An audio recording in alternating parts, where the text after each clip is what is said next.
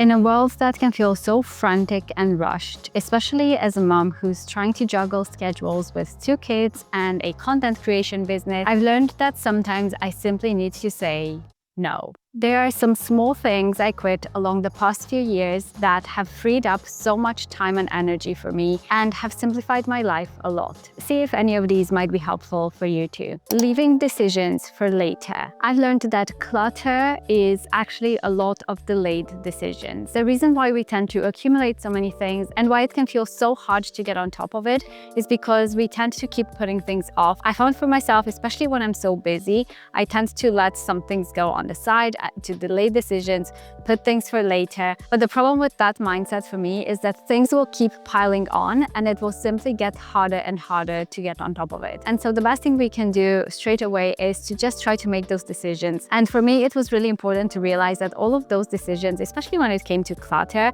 were not that major, and that I had this tendency to overthink a lot of them when in reality they didn't matter that much. And I realized throughout the years that I was leaving a lot of these unmade decisions or delayed decisions when it came to a lot of areas of my life. For example, I would leave unanswered emails because I thought I just had to craft this perfect answer in my head. I was constantly overthinking everything I wrote, until I decided of the perfect way that I could phrase that email. I would leave stuff lying around my home on surfaces until I could find the perfect spot for it. I would leave decluttering for later until I had figured out, exactly where I'm gonna take it and made a decision about each item in that category or in that area. And I realized it's much more productive to try to make those decisions a bit faster and to not let them linger for so long, because then it just gets overwhelming and it's just not very helpful in my life. Buying or keeping fabrics that I hate. And this actually took a long time for me to realize what I actually love to wear and what I like having in my wardrobe, what kind of fabrics I like. And it was through decluttering my wardrobe and being more intentional about what I brought in that really helped me figure this out. I also created a little digital wardrobe, and this all helped me learn what kind of fabrics I love. And this is when it comes to, wearing them, how they feel, but also when it comes to their care, like how easy they are to care of, if I have the time and energy to take care of those items, if they require any sort of special care, and also how easy they are to iron or if they need any ironing. And I've learned for myself that I tend to gravitate towards items that, for one,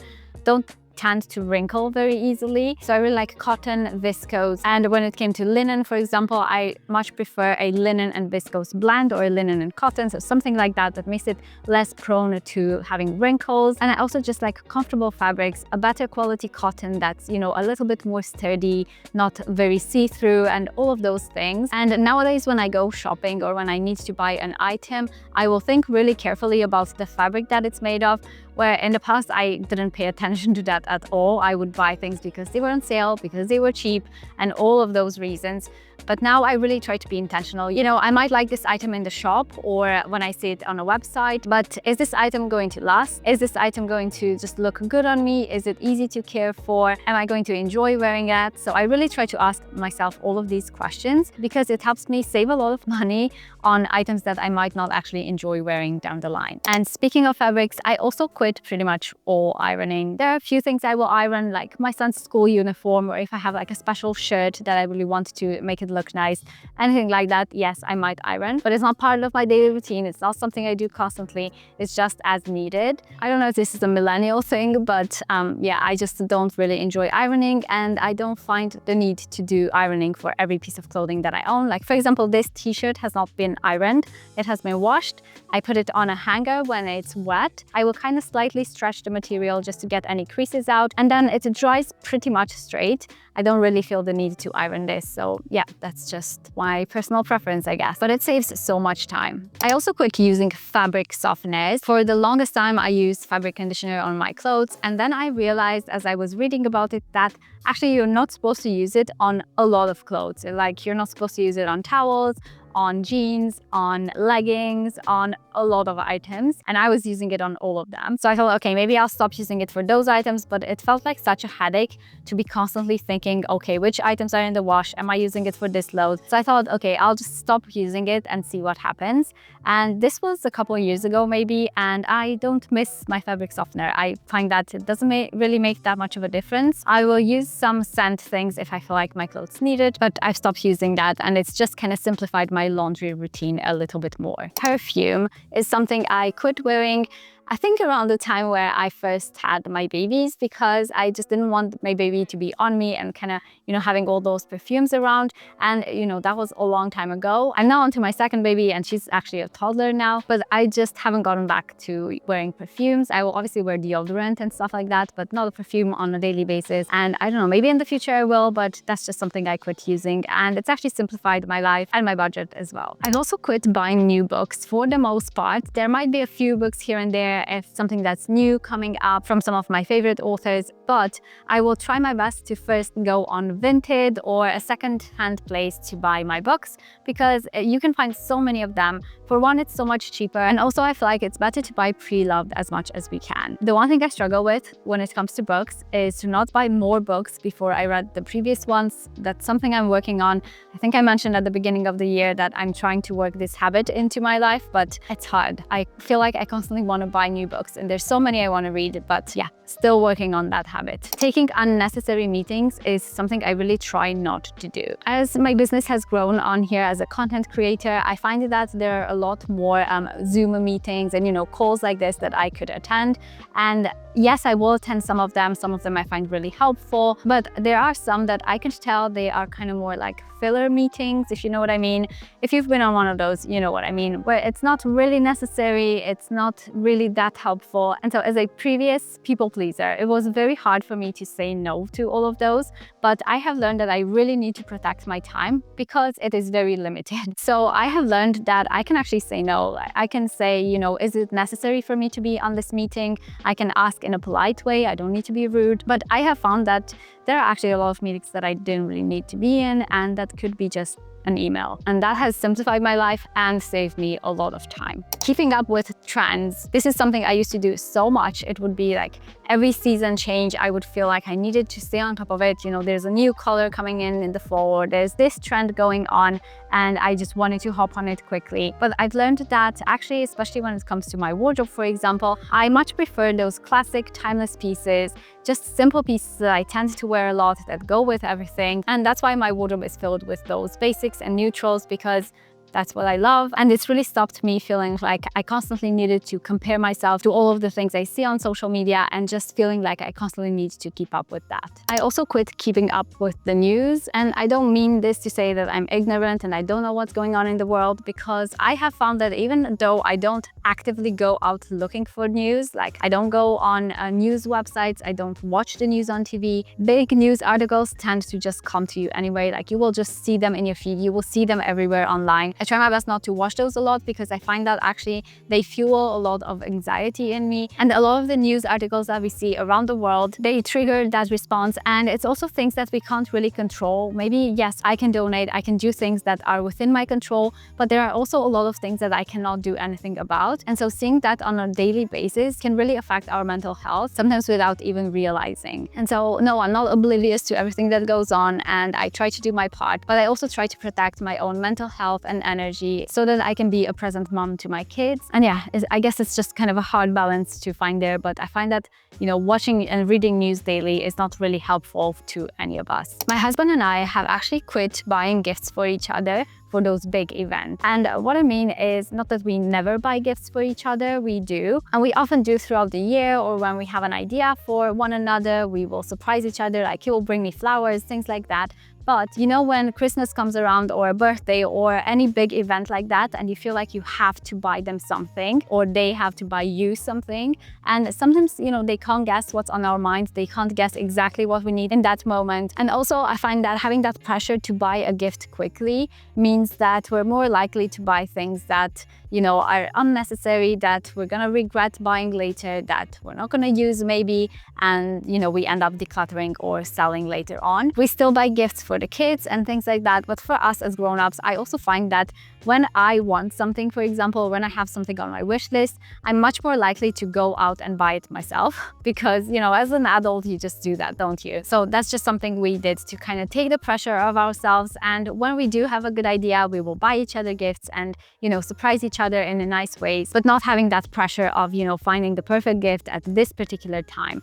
And I find that that's simplified things a lot for us. I've also quit shopping shopping sales. I used to love going bargain hunting. You know, when the seasons change and they have this big sale going on, I thought that was the perfect time to go and buy all of these items of clothing. And then I realized actually I don't need so many items of clothing on a regular basis every time the season changes. And also shopping sales is much more likely to lead to me impulse buying some items that later I'll regret and I won't actually end up wearing that much. So the only reason I would buy sales is if that item was already on my wish list and I've been wanting to get it and now it's on sale, then yes, I might purchase that item. But if it's something I literally just saw and you know it's 30% off and I need to buy it now because otherwise I'm gonna miss out, I have found that that pressure is actually not something that leads to a good decision on my part. I've also quit complicating meal planning. I used to feel like every week I need to sit down with my phone and find, you know, some really good recipes to try that week and constantly find new things to try to keep things interesting. But actually, I found that my family really prefer eating not necessarily the same meal every day, but like having a rotation of the same meals that we love to eat. And that took a lot of pressure off me to constantly find these new recipes. So I have this spreadsheet. Of course I do, a bit nerdy, but I love spreadsheets, and I have this one in Notion where I keep a list of the recipes that I love to make on a regular basis. And so every week I will sit down and just pick 5 of those dinner recipes. And that's pretty much how I do meal planning, and it's so easy. And actually I got a comment, I think last week, from someone saying, why don't you just make a few weekly plans and then reuse those plans over and over again? And I thought that was brilliant. And I realized that's what they do at my daughter's nursery, for example. They have like a spring menu, a summer menu. They probably have like a few weeks of menus and they just rotate through them. And I think I'm gonna try to set that up for myself because that will probably save me even more time. So thank you for that. I've also unsubscribed to a lot of email newsletters. I still get the ones from my favorite creators and just people I want to keep up with because I love reading those, and anything else that's just promotional, that's just from shops, I have completely unsubscribed from because I find that, you know, having those sales come into your inbox all the time can lead to a lot of unnecessary purchases, and it can clog up my email inbox, which can feel really stressful. It can feel like I'm constantly needing to answer emails when I don't, it's just promo emails. And I'm someone who likes an inbox 0. So let me know what your inbox looks like right now. Is it inbox 0 or is it inbox kind of full? I've also quit doing browse shopping. What I mean by this is I used to go in the shops with nothing in particular in mind to buy. I would just browse, like just go around and look and let the shop inspire me on what to buy. And I found that that's actually not a very useful way to shop for myself because I tend to buy a lot of things that are impulse things, things that maybe I realized later on that don't go with a lot of the things in my wardrobe. And then that leads to me feeling the need to go out and buy another item to go with my new item I bought, which is called the Diderot effect, I learned. And so nowadays when I go shopping, it's usually with a list or with a particular item in mind, rather than just, you know, browsing the aisles and see what inspires me. Negative self-talk is something I also quit doing. And this was not easy because I find that in my early 20s, I think I was very harsh on myself a lot of the times. And it took a while for this to become a habit and something that I actually do on a consistent basis. But I try to have this positive self-talk in my mind. I always try to think, okay, if my best friend came to me and she would tell me these things she's going through, how would I respond to her?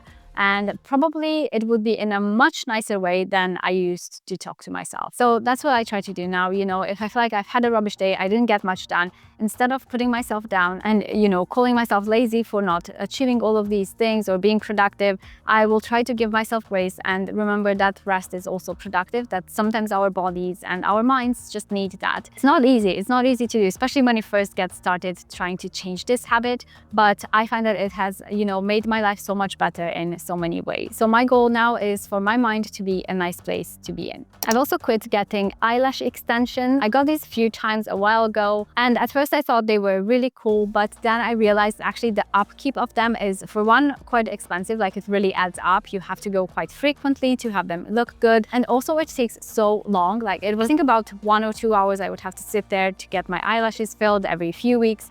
And it's just a lot of time that I didn't want to spend anymore. And I realized that now that I gave my eyelashes a break, they actually look so much better naturally than they used to. So I don't feel the need for those anymore. And I've also quit getting my nails done. Now, I actually never really used to get them consistently done anyway, but I find that having a little routine that I do at the weekends, like on a Sunday, I'll do my nails, and it doesn't take very long at all. I own 2 nail polishes that I use kind of on rotation. I got asked what they are. These are both Essie nail polishes. So I've got one that's That's a pure white. This is called Blanc. And then a very pale pink, which is ballet slippers. And I used to have so many more nail polishes, but I realized these are the two colors that I tend to gravitate towards a lot. And so why was I keeping and buying all these nail polishes when I just use these on rotation? So I just keep these now. Those are the only two I own. That's simplified things a lot. It's simplified the decision making of what color to pick and just makes things easier. So I quit getting my nails done, but I still get my hair done. That's the one thing I really enjoy and I've kept in my routine. Let me know what are some things you have quit to simplify your life. I would love to hear from you, and I hope you're having a lovely day.